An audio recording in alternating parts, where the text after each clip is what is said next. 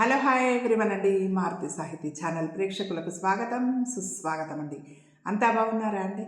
మేమంతా బాగున్నామండి. ఈరోజు మన మారుతి సాహితీ ఛానల్లో స్వామివారికి సంబంధించి శ్రీ జగన్నాథ పంచకం విందామండి. స్వామివారి ఆశీస్సులు మనందరికీ ఎల్లవేళలా ఉండాలని మనస్ఫూర్తిగా కోరుకుంటూ విందామండి. శ్రీ జగన్నాథ పంచకం.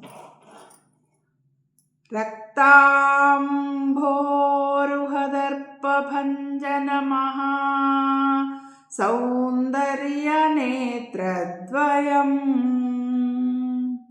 मुक्ताहारविलम्बिहेममुकुटं रत्नोज्ज्वलत्कुण्डलम् वर्षामेघसमाननीलवपुषं ग्रैवेयहारान्वितं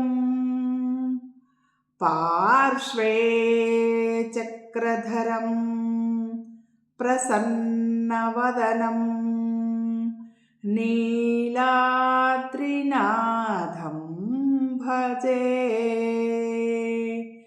पुल्लेन्दीवरलोचनं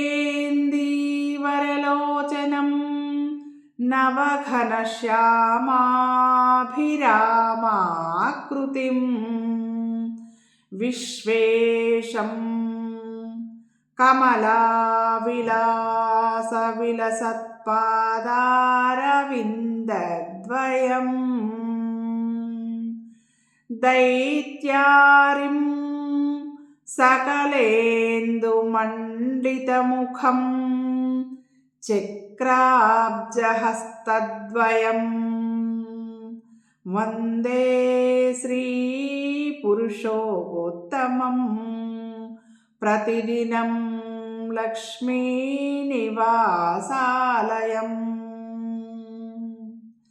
उज्जन्नीरदनीलसुन्दरतनुं पूर्णेन्दुबिम्बाननं राजीवोत्पलपत्रनेत्रयुगलं कारुण्यवारांनिधिं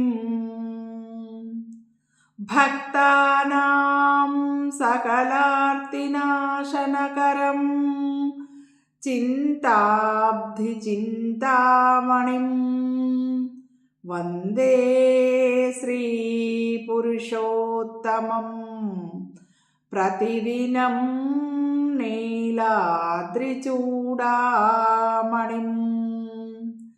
नीलाद्रौ शङ्खमध्ये शतदलकमले रत्नसिंहासनस्थं सर्वालङ्कारयुक्तं नवघनरुचिरं संयुतं चाग्रजेण भद्रया वामभागे रथचरणयुतं ब्रह्मरुद्रेन्द्रवन्द्यम् वेदानां सारमीशं सुजनपरिवृतं ब्रह्मतातं स्मरामि दोर्भ्यां शोभितलाङ्गलं समुसलं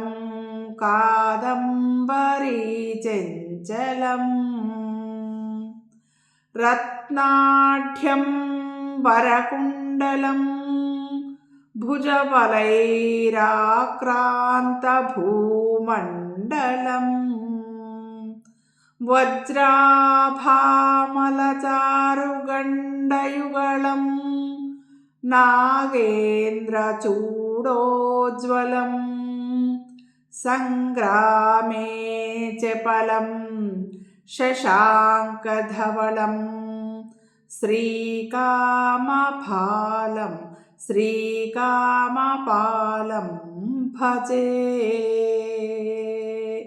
इति श्री जगन्नाथ पंचकं संपन्नं. స్వామివారి ఆశీస్సులు మనందరికీ ఎల్లవేళలా ఉండాలని మనస్ఫూర్తిగా కోరుకుంటున్నానండి. మనందరం ఆనందంగా, ఆరోగ్యంగా, సుఖంగా, సంతోషంగా ఎల్లవేళలా ఉండాలని మనస్ఫూర్తిగా కోరుకునే మీ మారుతి సాహితీ ఛానల్ అండి. మీ అందరి ఆశీస్సులు, ఆదరాభిమానాలు, ప్రేమ మన మారుతి సాహితీ ఛానల్కి ఎల్లవేళలా ఉండాలని మనస్ఫూర్తిగా కోరుకుంటూ ఉంటానండి.